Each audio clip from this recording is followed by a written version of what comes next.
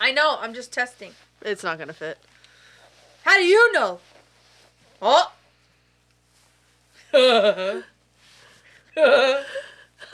No way.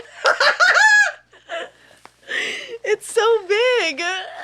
That's a fat ass turkey.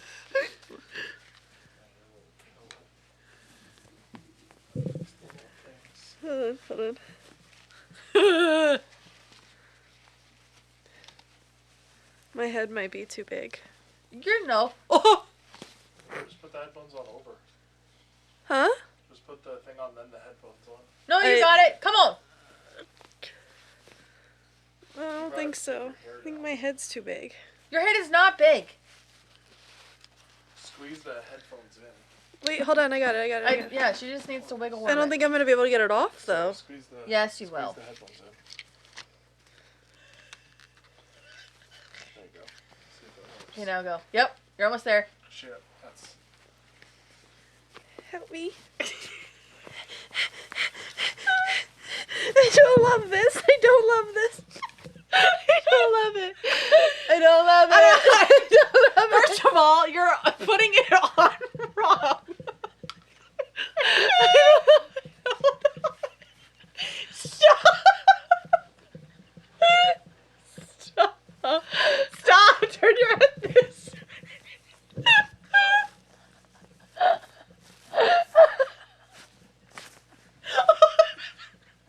Okay, ready? It's not going, Katie. Just leave it.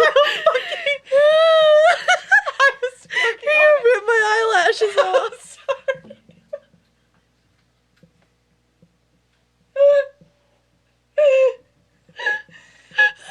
It will work. It's not gonna work.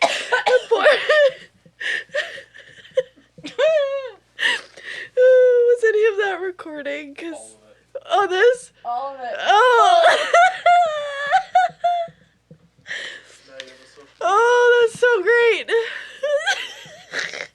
Don't cut any of it. Oh my god. Oh look, it's so nice now. Okay, it's okay. I'll just do this. I'll just go in my thighs. That's my favorite thing. Oh fuck. Bye, Jeff.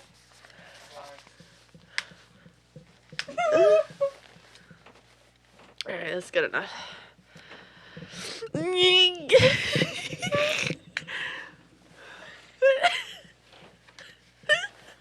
What the Look fuck? at my legs, they're like so spread open. Shh. Close your legs. I don't think I can. Oh, I can hear it. You can hear? A little bit, yeah, I can hear it. Oh man. My head's too big. Fucking brilliant. Okay. That's my favorite part. Did you say Katie? Huh? What? I think he's talking to Alexa. Oh, yeah. Yeah, it was like, Oh, man. All right. Well, welcome to Behind the Podcast, where we're just two wedding professionals. I swear we're professionals. Sharing a no bullshit approach to what goes on behind the scenes in the industry. My name is Sarah, and I'm a wedding photographer. Katie. oh, sorry. Oh, God. Are you going to say your name?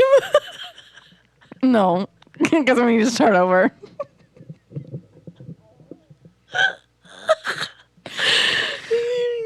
Oh, wow. Oh, my God. We have to get through this. I can't stop looking at us. I really cannot. Okay. I can't be serious.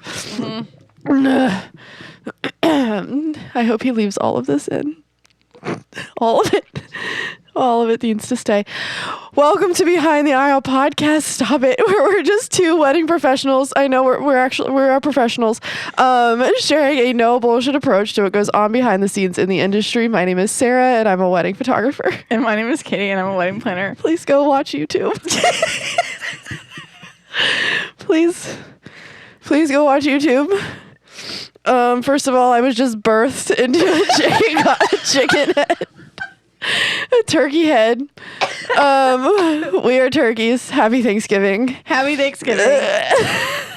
This is literally like my favorite thing on the planet. We're turkeys, y'all. Gobble, gobble.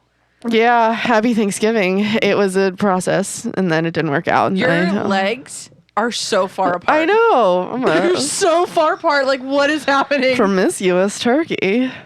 Oh my god. It's because of my headphones. Katie could wear her headphones underneath of her turkey head. My head is too big. I couldn't get it on. It was a struggle. So here we are. Yeah. This is going to be an interesting episode. First of all, it's about levels of transparency. I don't know if this is like a really great example of how transparent you can be, should be. Just be yourself. That is the episode. The end. The end. Bye. Also, full transparency, we've been at this for a while, so we're a little slap happy at this point. Mm-hmm. We bulk record. If we're being completely honest, we bulk record, and sometimes we have to do 3 in one day, and today is that day. And ending it with turkey heads is quite the experience. I can't. Anywho, yeah. So we're going to talk about transparency today, and what should be done. Should we take the turkey heads off? No. We're gonna leave them on for the whole episode. We cannot be taken. Thing. We cannot be taken seriously. This is a kind of a serious episode. No, we've committed. We've committed. This is a serious episode. Kind of, for the most part. I feel like all of our episodes are kind of like serious. This should have been a what the fuck. This should have been a what the fuck Wednesday. Oh my god. You can still talk. I mean, for when we did Halloween, we talked about. Yeah, but we weren't actual turkeys. You had a whole ass chicken head on your head for like 3 seconds. Well, yeah, just because it was too hot. If that bitch was not hot, you would have literally kept that whole fucking thing on. Getting a little hot. Bitch, please. Oh my god. We will be turkeys all of this episode. Oh god. Okay, I'm gonna take some water then. I'll go ahead and kick us off while you like come back to life, even though you were just birthed. I can't. Okay, that's enough. Anyway, we are honestly talking about keep the water in your mouth. Do not spit it anywhere. Swallow that shit. Jesus Louise. I need something to not be a struggle. Oh my god. We are talking something that, at least for me personally, I think Sarah probably can like obviously add into this, but for really me personally, it means a whole lot, and to the point where it is actually one of the 5 core values that Tilly and Teal has. We're talking about transparency. And we're talking transparency in the realm of your personal life as well as your business life as well, and how those two interject into one another. And how it'll be a little bit of a different conversation in comparison to, I feel like, the beaten horse conversation of just be your authentic self. Yeah. I think if I literally hear that from like another like business coach or somebody else, an educator in our industry or really anywhere, I'm probably like, I don't know, jump off a building. That's a little dramatic. That's a little dramatic. Sorry. God damn. I'm like, it's just overused. Like you said, it's a buzzword, and like the authenticity word in general. I mean, well, I feel like when the wedding industry did a major shift from like the 2015s into like the 2020s, then I don't know. I think it was maybe the pandemic had something to do with it. I don't really know where the shift was. I think obviously social media had a lot to do with it, but presenting yourself as truly authentic, obviously big name brands started taking it on as well. Like whenever marketing or commercials that you were starting to see, everything didn't look so curated. Yeah. The whole, I think Aerie was a big part of that too, which I love. The body positivity movement obviously had a lot to do with being your true authentic self, which we love that for everyone. But so this is going to kind of do a little bit of overlap in regards to, yes, being your true authentic self, but how do you get there?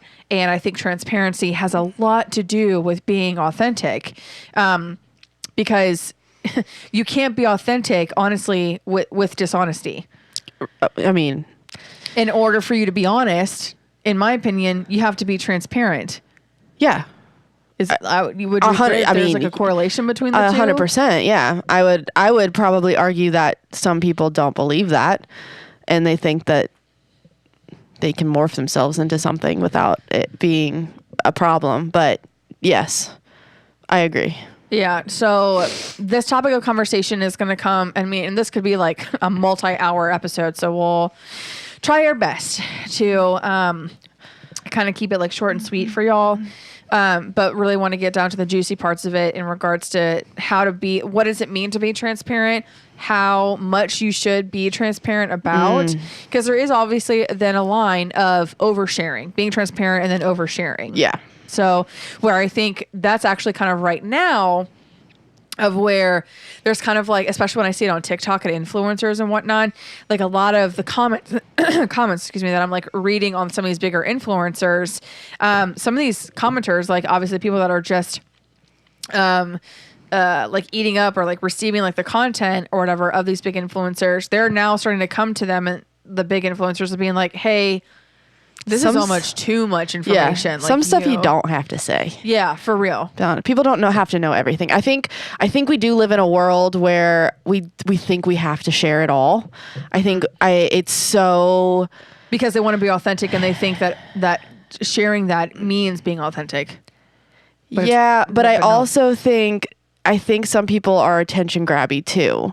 And I think some people feel like they are going to share it all because if they share one thing, it may go viral and it may become an attention grabbing type of thing where it is like, okay, you did that. Okay, people do relate to it, but not everyone needed to know this whole thing, but it goes viral for two different reasons too, I guess. I think a lot of people are a little bit more on the I want to share it all and like get people's attention type of thing too. Which is weird though, because then I feel like it's being inauthentic when you do it. It is. I mean, it is because it's kind of like the thing where people like videotape themselves doing a good deed where it's like if you do it and you videotape it and you share it, technically it kind of cancels it out because you shouldn't you shouldn't have to share the good deeds that you do. You should just do them. Yeah. But you still did a good deed.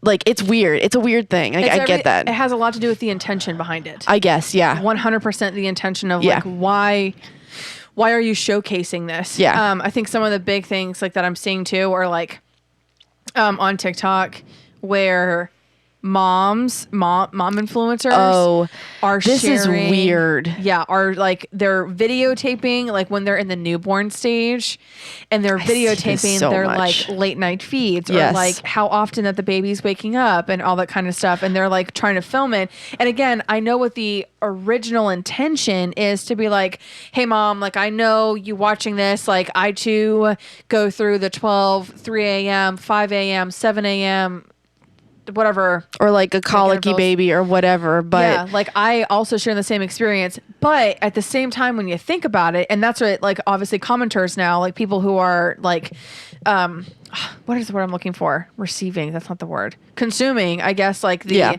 video and the content, they're like, so in order for you to address your colic baby, you had to set up the tripod, put your phone up, get the video, and then like hit record, and then go and address your colic baby. And I think that's where people are like, this is inauthentic. Like, this is, but double-edged sword, people do want authenticity. People just want to connect to other people. Desperately. That's the thing. And we can thank the pandemic for that shit. Yeah, I think the intention behind those types of videos is trying to connect and not feel alone. Yeah. I think that's a big part of it. Especially, I mean, motherhood is a whole different concept than weddings, but I think people just don't want to feel alone, and they feel like they can share those things. And they want to share those things because it'll connect with somebody. Yeah. I'm gonna tell you right now, I will not be putting any of that type of shit on the internet, because if you read those fucking comments, bro, they eat you alive. Ruthless. Nobody nobody goes in those comments without a goddamn opinion, first of all, on any of it. So I don't get it. I don't see the appeal. Of why you subject yourself to I that. would never. Yeah, I don't know. Like, it's hard for me to put myself on the internet in general because I don't want to subject myself to any type of opinions of other people. So I don't get that. But that's neither here nor there. That's not really the point of this podcast. But it goes into like the levels of transparency on what we share as business owners in order to connect with clientele. Yep. I think there's a line of we can share the things that we go through. And I think you can touch on this a little bit more because you did do like a mental health thing on your Instagram that you shared with people a couple years ago. Yeah. But it's stuff like that as to how far do we take that transparency before it becomes inappropriate? Yeah. And before the intention behind it becomes wrong. Yeah. Or being used. It could start off well and then morphs into something that is not okay. Yeah. The number one key word here about all of this is intention. And I think whenever you are thinking about posting anything onto the internet, your number one, whether it's your private life, like your personal life, whether it's your business life or whatever, literally anything ever, when you're going and posting anything like on the internet or you're wanting to contribute to the content that is on the interwebs, like the question you should really be asking yourself is, what is the intention behind me posting insert content concept here at all? Yeah. What is your end goal for this? And it's not something that has to be deep and meaningful. No. It's like you can just share like today I shared my Starbucks order because I wanted people to try it. That's great. That's literally it. It's wonderful. Yeah. I'm just saying it doesn't have to be like this like end all be all big meaningful thing. You just No. have to make sure you're paying attention. Because I think we get to this point where like we're constantly recording. Like some people are like constantly recording because everything is content. Yep. Without actually having intention behind it. Correct. It's just to go on the internet, and then the repercussions come later when they did something wrong or whatever. I think there also is like at least two different groups that I can kind of tell like on, like social media are obviously the influencers that have been influencing since a very like young age, and they're like our age now, but they started off with YouTube and obviously now the short form videos like Vine, which RIP, and then TikTok, Insta stories, things along those lines too, that they've kind of gotten the hang of it, of like what their audience is wanting and what they're seeing and all that kind of stuff. And so you can tell when it's like, come with me to go get, or to do like a Sephora haul or something like that. Like, obviously, yes, that is their real life because they're going to go to Sephora and they get makeup products that they use or maybe that they've been paid to use, whatever have you.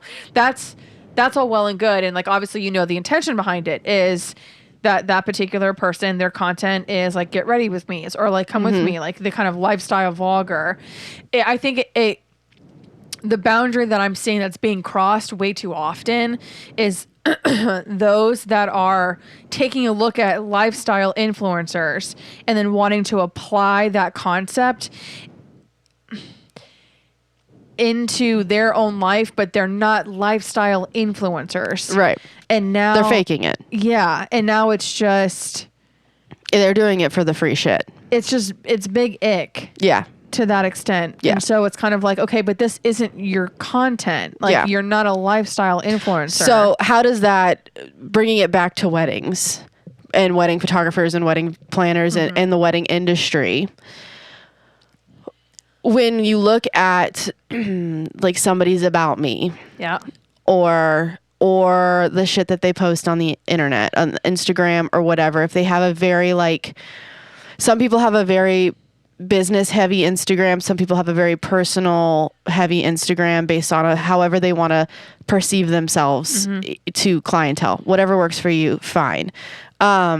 But I think a lot of people, and I think it has to do, again, with the luxury market, is a lot of people want, some people, I mean, it can go to the way of doing and shopping at places and doing things that aren't actually, and I fell victim to this when I first started. I've talked about this before on the podcast, where I thought in order for me to make it, I needed to shop at high-end stores or purchase high-end products or showcase high-end stuff. I had to wear in order for me to attract the higher yes. higher end clients. I see it all the time, people buying like Chanel bags, and there's designer shit that they then share over and over and over again, or they only wear certain branded clothing because they think that's what attracts the clientele. To me, unless that is like your life, like you are a fashionista and like you love to go every day. Yeah, like that's a real thing for you, is you love dressing up, you love wearing this style of clothing, you love designer stuff.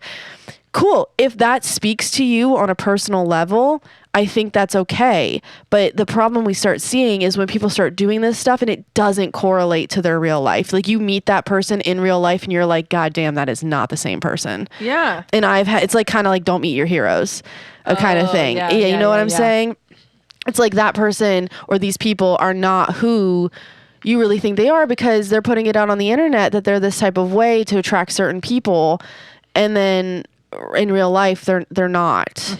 And it's disappointing, but I think it communicates the wrong things to your clients as well when you try and have this type of experience with people, but it's not the person that they're meeting. Like it just doesn't connect. Right. The connection's not there. Like, the disclaimer is too, like, we're not saying that like never carry a designer bag. Yeah, no, wear designer clothing. No. I mean, I love me a good TJ Maxx find with like Sure. some Calvin Klein and some Michael Kors. Oh, baby, that is not designer. I know. Okay, look, see, like I think that's designer for me in comparison to some like Costco sweatshirts. Okay. I mean, yes, in comparison, sure, it is a designer. But yeah, I'm not saying like you can't love luxury items and you can't showcase your Chanel bags and stuff. Like if that's your jam, cool.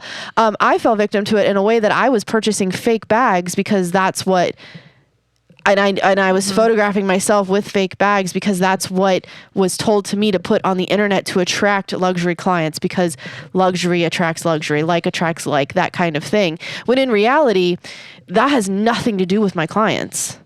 I don't think our clients care like what shirt or what brand that you're wearing or what car you're driving. I mean, it took me a very long time to understand that on a deeper level, that is not what it's so superficial. That's not what I'm trying to attract. Authentically, buzzword, take a drink every time. See how this is going to work. Authentically, sure, at some point in my life, I did like designer items, but I can't afford that shit. On a like consistent basis. And that's not authentic. So now I preach to everyone, DHgate. I'm like, hey babe, these boots, these Prada boots, these fake. Hell to you. $80. Real shit, right? And I think that's fun and different and like it's authentic to me. Like I'm not against it. I don't know. It took me a long time to put my authentic self out on the internet because I was afraid I like some weird shit and I was afraid people wouldn't accept it. But in the end, like my core value on like the type of people I want to attract, that was it. Like it connected. And I think you form better connections too when you are attracting people that actually do connect with you on an authentic level. Yeah. And the way like you are authentic is by being like transparent. Yeah. Like one of my favorite things, like, and we talk about this, like, you know, with me and my team is like in our consultations, I tell them like, I don't gatekeep anything. I'll tell it to them like it is. This is the type of person that I am, like all that type of stuff. Like I say kind of like a liner, like in my consultations of like, if you are looking for like a Pinterest remake planner, I am not the person for you. I don't want to recreate the same shit over and over again. Correct. Yeah. Like I want us to step a little bit outside the box or whatever, but I'm also like my type of clientele are very like simplistic people. We don't do over the top big installs or over dramatic things, like, you know, all that kind of stuff. So design wise, we're on the very, very like simplicity level. We've been doing that since 2016 and all that, which is now trending, is the simplicity stuff. But Minimal. and minimal, like simplistic, you know, even some elevated simplicity too is what's really coming around. But at any rate, I just, the transparency thing, it is a fine line between that you have to find between like oversharing and then obviously then yes, showing your true self, like on social media. You had mentioned earlier that a couple years back, talked about like my mental health and all that kind of stuff. Obviously I shared just like little bits and pieces about like my journey through my mental health issues that I do have and all of that. And I've shared along how that has impacted my business, and all that sort of thing too. So again, but I've also been a victim of oversharing where that has bitten me in the butt. Oh, really? I didn't know that. Yeah. It was before you and I had met each other, where I just overshared a little bit too much. And I even had a bride like contact me being like, hey, if you need to take some time, like you're not able to like plan a wedding type situation, like that's okay. Like I just want you to get better or whatever. So it's, again, there's a fine line, very fine line between sharing what's going on in your life on the internet in comparison to, you know, obviously just being real with the audience that you do have on the internet, on social media or wherever that you're posting things or whatever, whether it's your website About Me section. Also, we all know that we're all coffee lovers in the fucking industry. Stop putting that you're a coffee lover on your goddamn About Me. Sarah. Okay. Just kidding. You drink another liquid. What other liquid do you drink? Something. Whiskey. Put that shit on there. It's on there, I think. I think it is. In your true crime podcast, in your Chick-fil-A obsession. Yeah.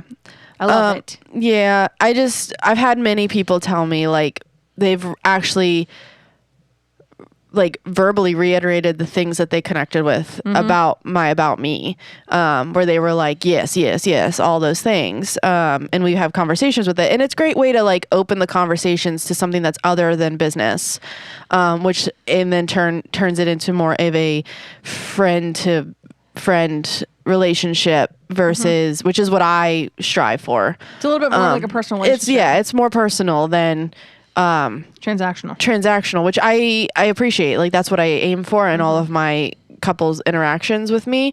But there are things that I don't talk about. Like but people probably don't even, I mean, they know I have a husband, but like, I don't know. I just don't share those types of things. Like there's certain things that I just don't. That's all right. Like I don't talk about parent life. I don't talk about, you know, my family. I just don't talk about that kind of stuff because I just don't think it relates to anything that I need to put on the internet to attract clientele. Right. It's that's just not saying though, like that you guys who are listening, that you don't talk about your husbands, you don't talk about your animals, you don't talk about any of that kind of stuff too. That's the really great thing about obviously all of us being different is that you can figure out exactly who all you want to talk about, but you have to remember who all you want to talk about, what you want to talk about. You just have to remember though that you have to stay consistent with it. Yeah. You have to, like, ultimately, at the end of the day, you have to stay consistent with it. You know, I feel like we have seen a couple of times in our industry, too, where a tragedy has happened in a family. This also happens in, like, influencer life, too, that people are coming for big influencers on TikTok and stuff, is that, like, a big tragedy is happening. And then some of these, like, people within our industry, other industries, and on TikTok and, like, the big influencers, they're using this big tragedy as like an audience grab, and they're putting that shit on there, and it's like, look, I know potentially, again, at the end of the day, I don't even want to say that I know, like, what is your intention behind sharing this tragedy that you're having in your family? Why? See, I think the intention starts out good. I think the intention starts out in a way that they want to connect and they want to share and they don't want to feel alone and they want to have other people not feel alone in case this has happened to them or whatever it is. But when we start overusing it, is the issue too that I see is we start overusing it and capitalizing on it and using it as a clickbait, but also a defining.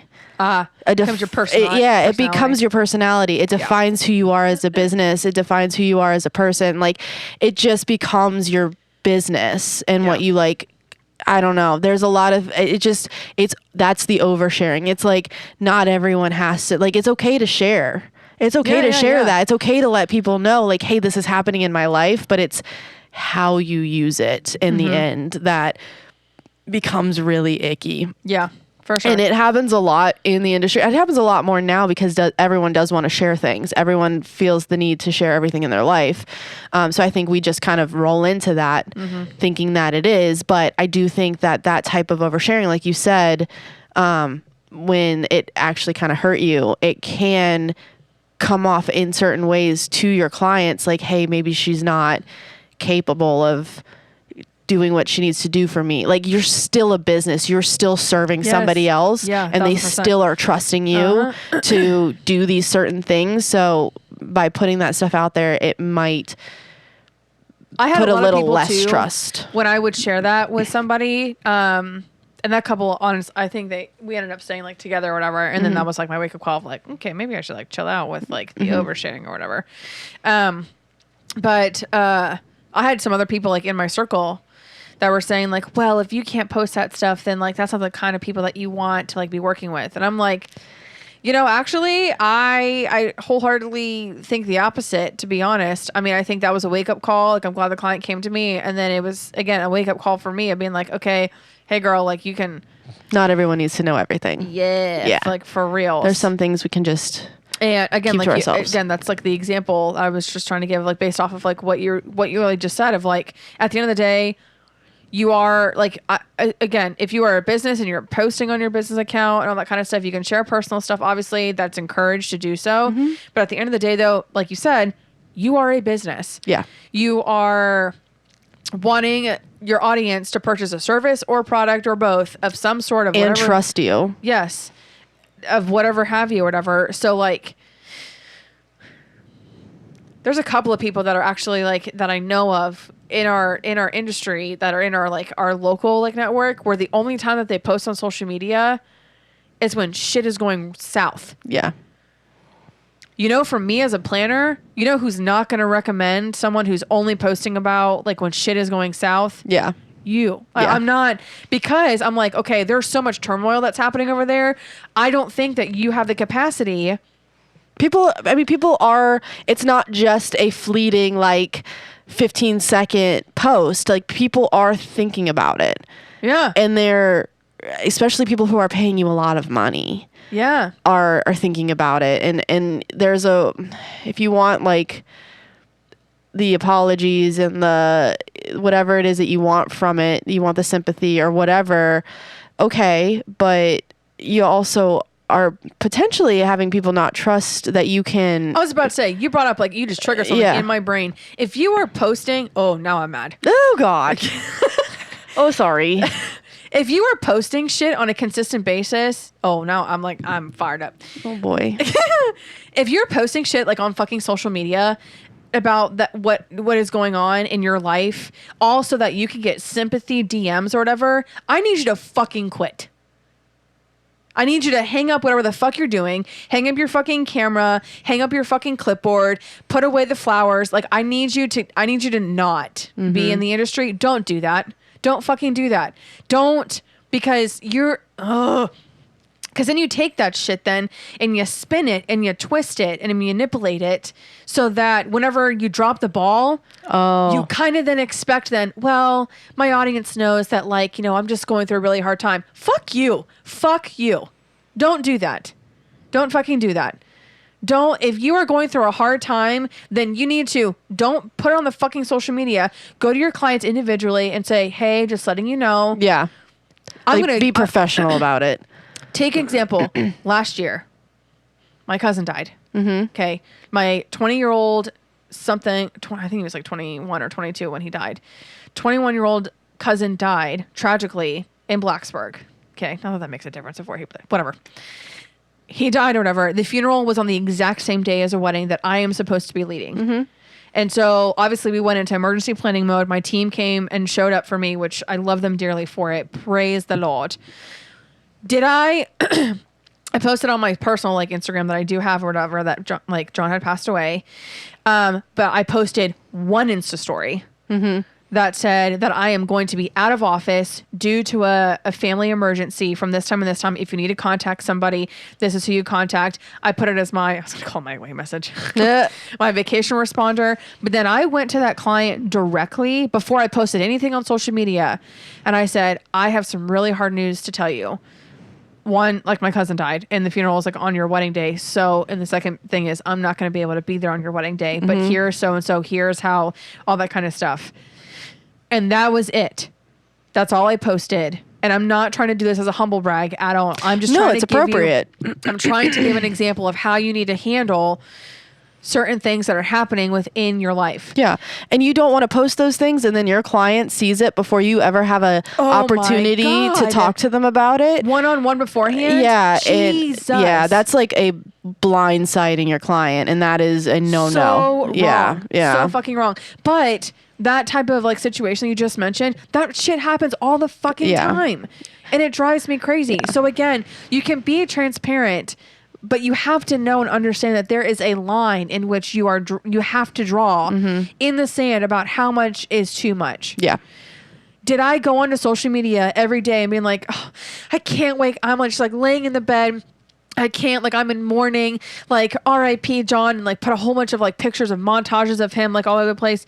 No. Yeah. Was that really happening? Like in my real life, was I in mourning over like my young cousin having died? Absolutely. Yeah. But I went and sought support offline somewhere else because that was the more appropriate thing to do. I don't need to be putting that shit on my social media. Yeah.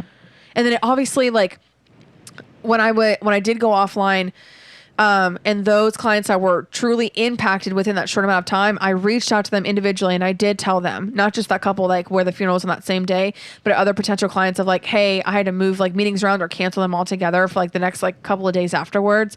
One, to give myself time, but two, like me and my grandmother went into full funeral planning mode because my aunt, which is obviously besides herself, and we were planning a funeral. So I was having to go to like church meetings, all that kind of stuff too, just to try to get like all of the funeral arrangements put together and whatnot.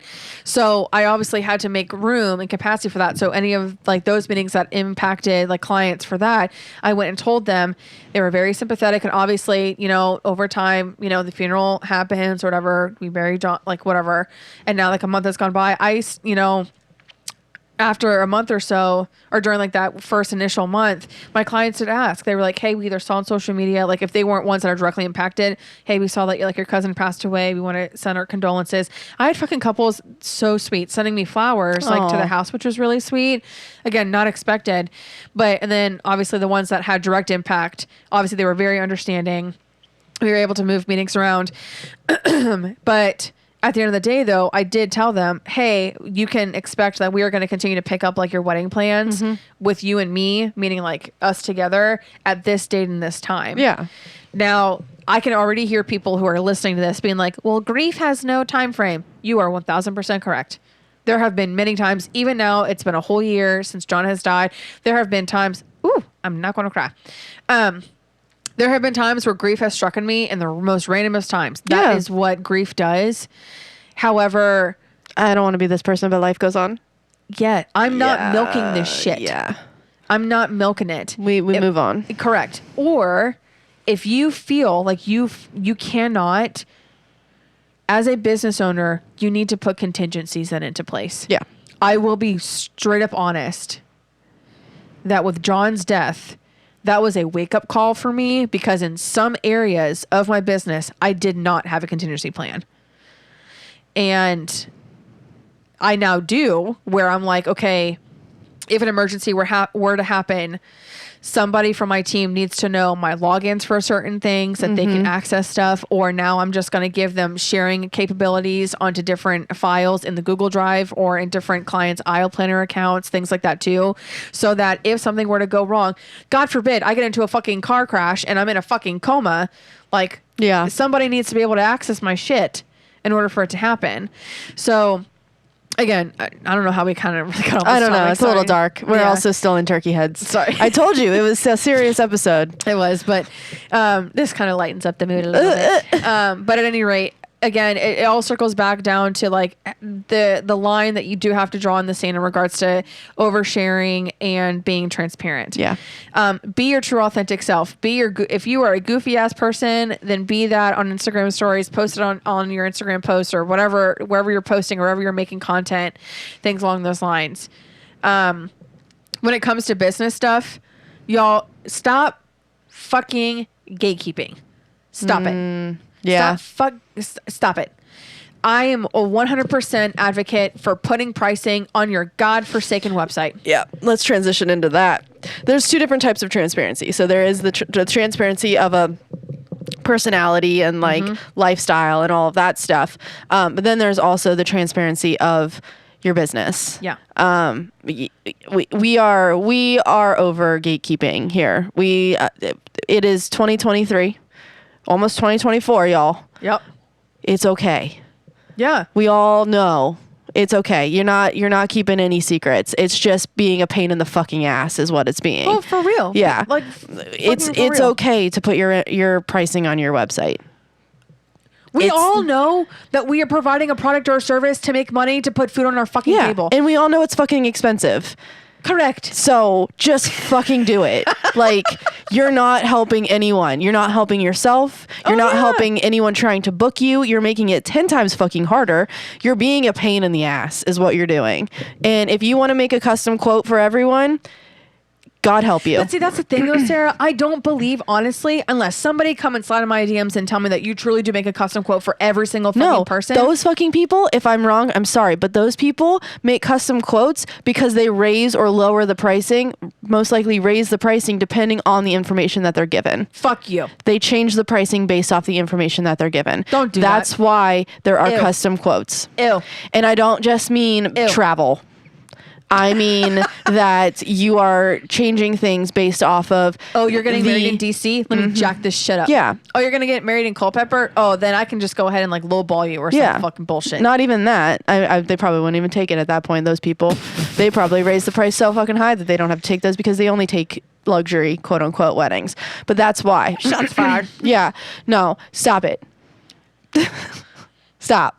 You're being very nice. I'm over here saying fuck you to people. Stop it. Y'all. Please put your pricing. I really want to, those who don't put their pricing on their website. No, I don't want to hear it.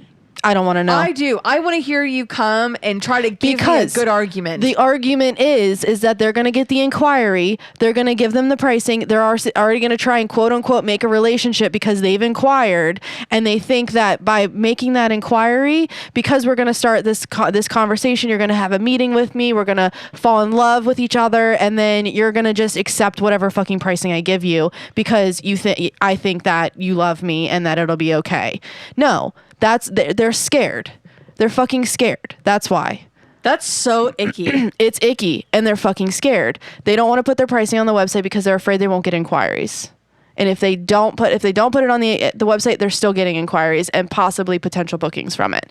That's literally why. And then from like obviously on the other end of things or whatever, why if someone, I think we talked about this in our last episodes. I'm like, you can't get mad then at people who then inquire with you on your website and lowball, like, or they're saying, hey, this is my budget, and it's like double less than like what your minimums are starting at or whatever. You can't, and then you go into your Facebook groups or put it on your Insta story being like, wow, these people don't know how much weddings cost. Yeah. No fucking shit, because nobody's putting pricing on their godforsaken websites. And you can't get mad when you get fucking ghosted.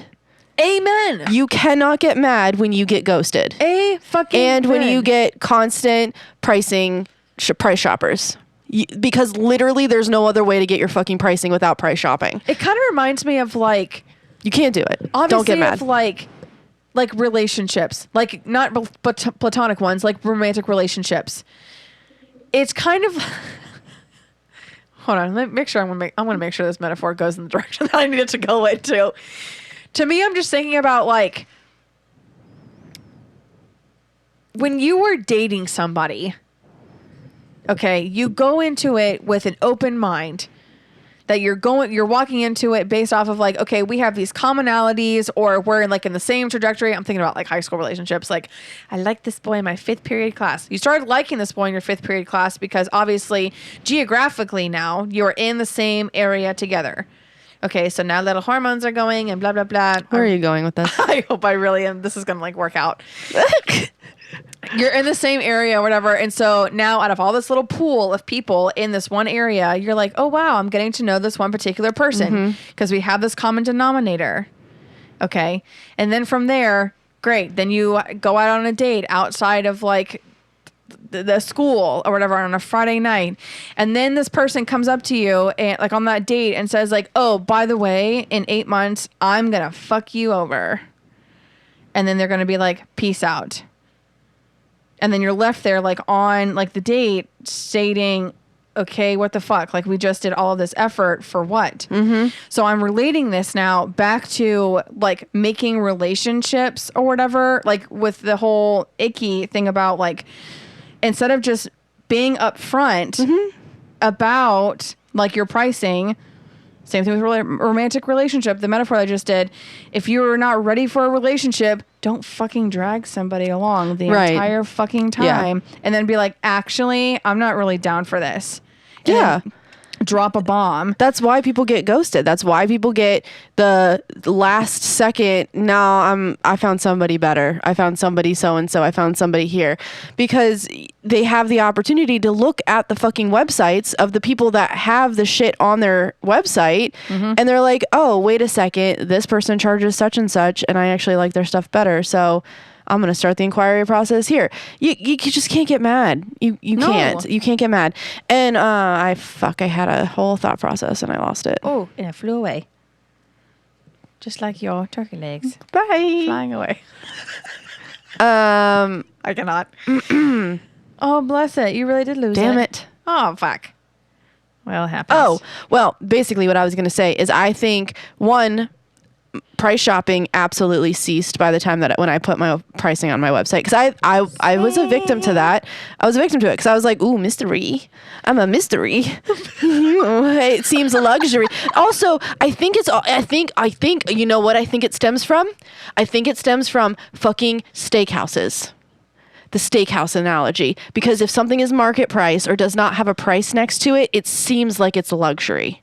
You know what I'm fucking talking about? Yeah. It's kind of like when you go to restaurants and on the alcohol menu, there's no pricing. That's the whole not using the fucking $ thing. It's that trick. You know what I'm talking about? What makes me not want to buy an alcoholic drink? Not knowing the fucking pricing? Exactly. Yeah, I don't want to pay $15 for a goddamn mojito. I don't even drink mojitos, but you know what I'm saying? But even if you put down $15 it costs for a mojito and I want a fucking mojito, I'll be like, you know what? I want it so bad. I'm just going to fucking pay for it. Yeah. I don't want to, first of all, I don't want to ask the bartender because I don't want to sound cheap. I'm not going to be like, hey, so how much are your mojitos? Oh, they're 15. Oh, I'm not paying that. But you don't want to feel cheap. Okay, so here is another great point. Now, if that type of interaction, you're now making your client feel a certain type of way. Right. Where that's not really it. Where in reality, yes, everybody wants to know how much something costs. That even people who are technically in luxury. Do you not? Do the people that don't have pricing on their website not care how much stuff costs?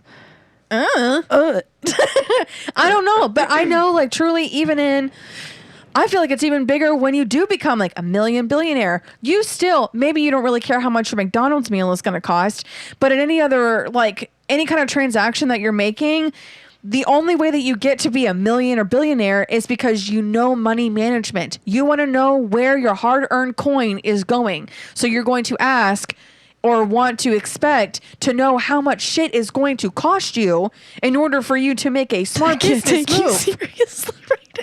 Fuck off. Me and my turkey legs are giving you a money management lecture right now. It's a whole word and a half. Stop. Money management. I completely fucking agree. watch this YouTube video, I I swear to God. completely fucking agree. You will not if you want to if you want to take this seriously, I don't recommend watching this on YouTube. How are they fucking taking it seriously when they already know we got fucking turkey legs They on our don't head? know if they don't see it. Anywho, that was a fantastic point. I think we just hit the nail on the fucking head. I think that's why.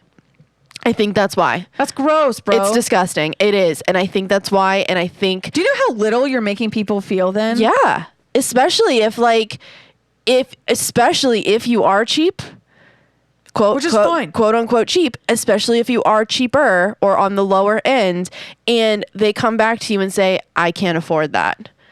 How shitty do you think those people fucking feel? That's why they ghost you, because they don't want to tell you that they can't fucking afford you.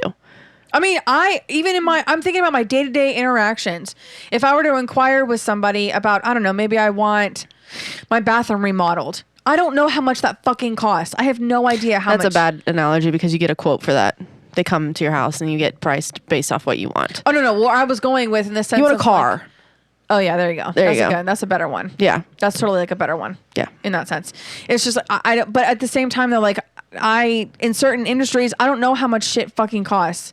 Yeah. I have no idea. Like, Could you what's worth it. imagine Oh, God. going to a dealership and looking at an array of fucking cars? Just imagine yourself as no a price tag on it. wedding as a wedding client, like a couple who has an array. They're just all standing there. There's an array of fucking vendors, right? They have all these options, and none of them have a fucking price tag on them.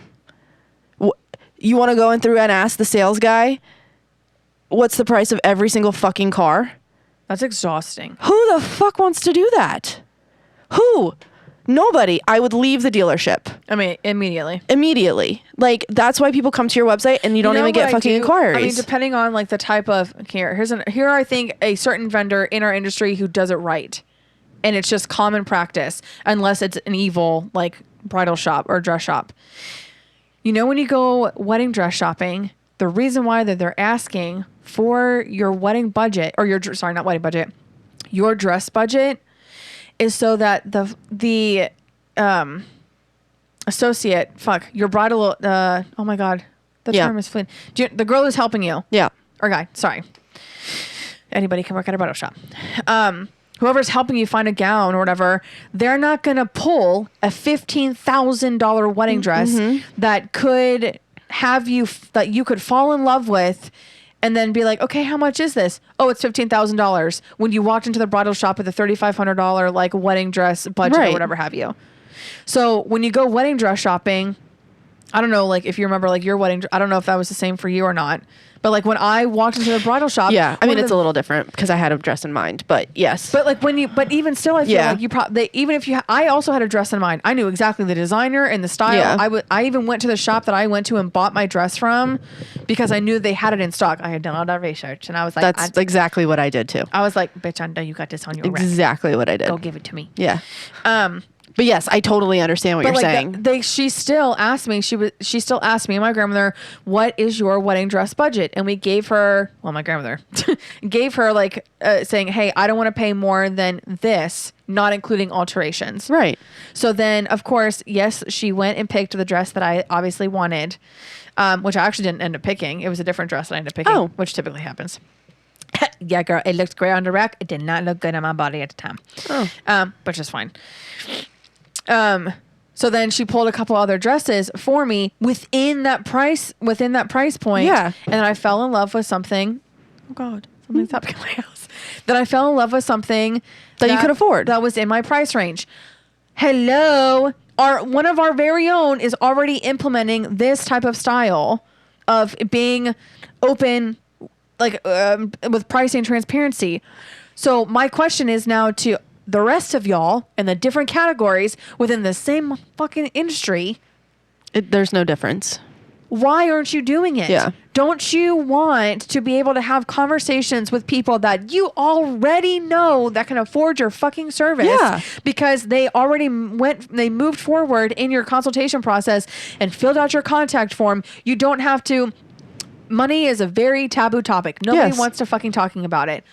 But I know in a consultation, that you're having and you are not transparent with your pricing up front already, you have to ask them. You're going to have to put yourself in that position. And then you have to say the number, and Yes. nobody wants to say Nobody the wants to number. do that. No, I don't think Nobody. I have one time said the number. I've never. Have you? I'm trying to think. I've never had to say the number. I just reiterate because it's on my website. yeah, we just go through the packages. Yeah. Bottom package has this. I don't say the number. They can read. Middle package has this. I don't say the number.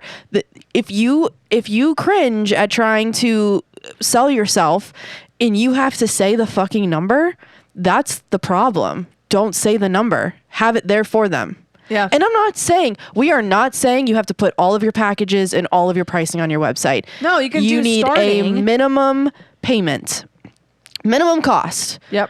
Everyone just needs to know, at minimum, what am I going to Okay, spend? but let me interject here really quickly, but let me also then say, but here's an also like a disclaimer too. And I'm going to shout out my photographers. Okay. Don't put your starting pricing if that is the starting pricing starting at your like elopement. Oh yeah, no. You have to be clear about what it is. But this because this they'll is- do like $500, it'll be like but starting it's an elopement. starting at like $1,200. I'm like, damn, that's like real low. Obviously, me having been in the industry, again, this is me coming from a point of like a full I've seen service that. planner, and I'm like, wow, that seems really low. But okay, maybe that's like really what their wedding day like package is. And then I inquire with them, and it's like, oh no, like our 8-hour 2 photographer like engagement session that starts at like I don't know, like 7,800 or something Yeah. like that. And I'm like, Well, that's but wildly your different. pricing though on your website says it starts at $1,200. Yeah. Oh, well, that's like our elopement package. Well, that's not what I'm looking for. Yeah. So on my website, I have 8-hour wedding days start at, and then on my contact form, I have what's your wedding budget? It's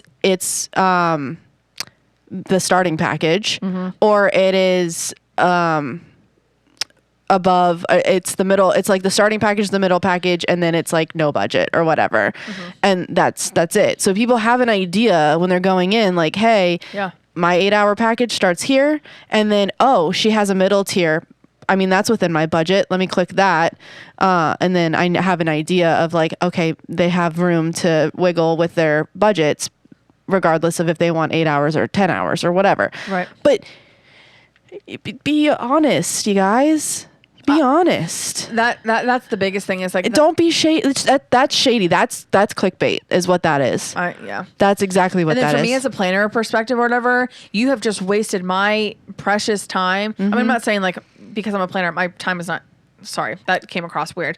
Your potential client's time is also very precious. Yeah. But like if a part of my workday is like literally going and sourcing vendors on behalf of like my clients, and you're pulling that shit or whatever, even if I have a future client that can afford your shit, I'm not fucking coming to you because Yeah. now I just had a really bad experience because you weren't transparent up front. So if you're not being transparent up front in the very beginning parts of your website before I can even get on the phone with you, I don't even know what else that you're not going to be transparent with Yeah. me with during the entire process. There's going to be some weird shit in your contract, some weird fee that you're tacking on later on. And I can hear somebody now listening being like, well, no, that's not me. Like, Okay. I wouldn't have any kind of weird add-ons. Okay, then put your fucking pricing on your website. Yeah, stop being afraid. yeah.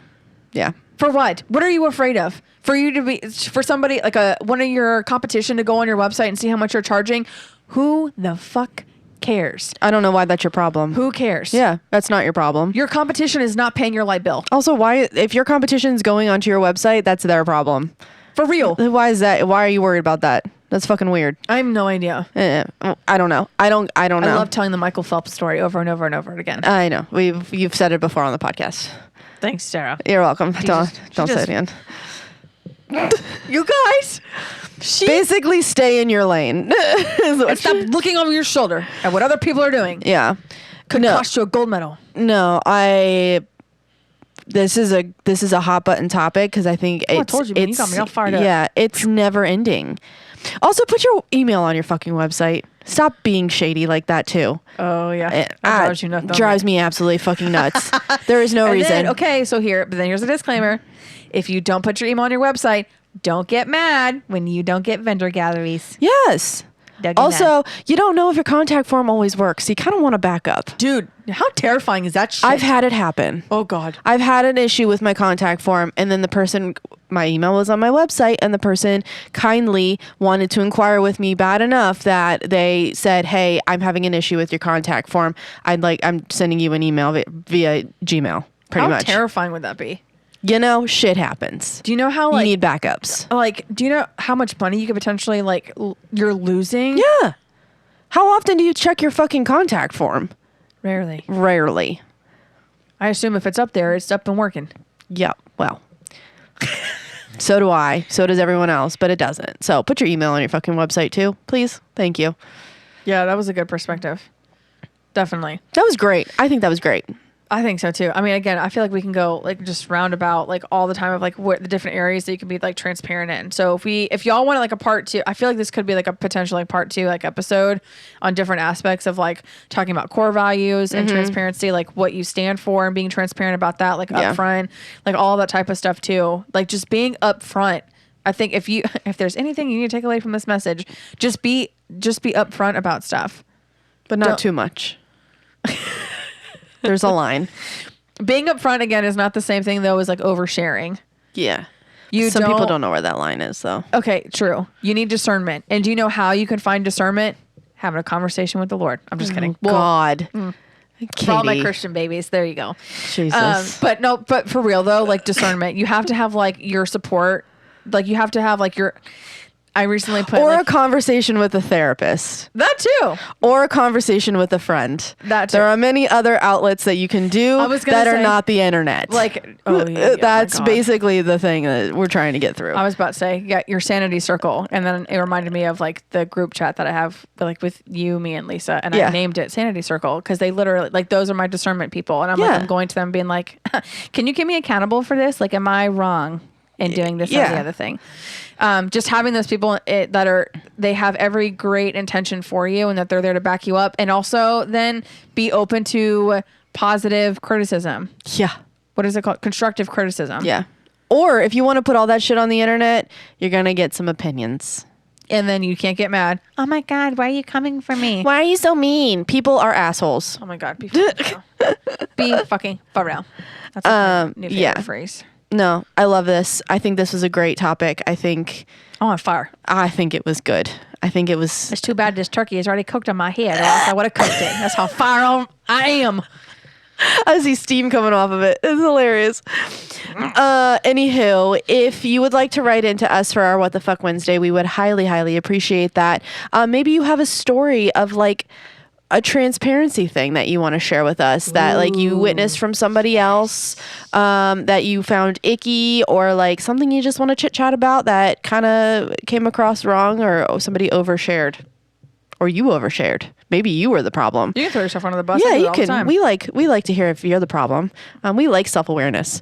Anywho, write us in at behindtheaislepodcast.com. It's anonymous or not anonymous, whatever you want to do, up to you. Or you can find us on Instagram at Behind the Aisle Podcast. And Katie, where can they find you if they want to find you? You can find me at TILLYANDTEAL, aka Tilly and Teal, if you didn't get that, on the Instagram as well. Follow me. I'll follow you. And you can find me at Serendipity Photography, SARANDIPITY Photography, like my name. Follow me. Okay, love you. Thank you so much. We can't wait to see you on the next one. Happy Turkey Day, bitches. Yum, eat all the foods. Gobble, gobble, gobble. And if you're not listening to us on Thanksgiving, that's okay. We forgive you. You have a family life. But you have to bring leftovers to our house. I'm going to overshare and post my address on the internet. What the fuck I am? Oh my God. Okay, love you. Bye. Bye.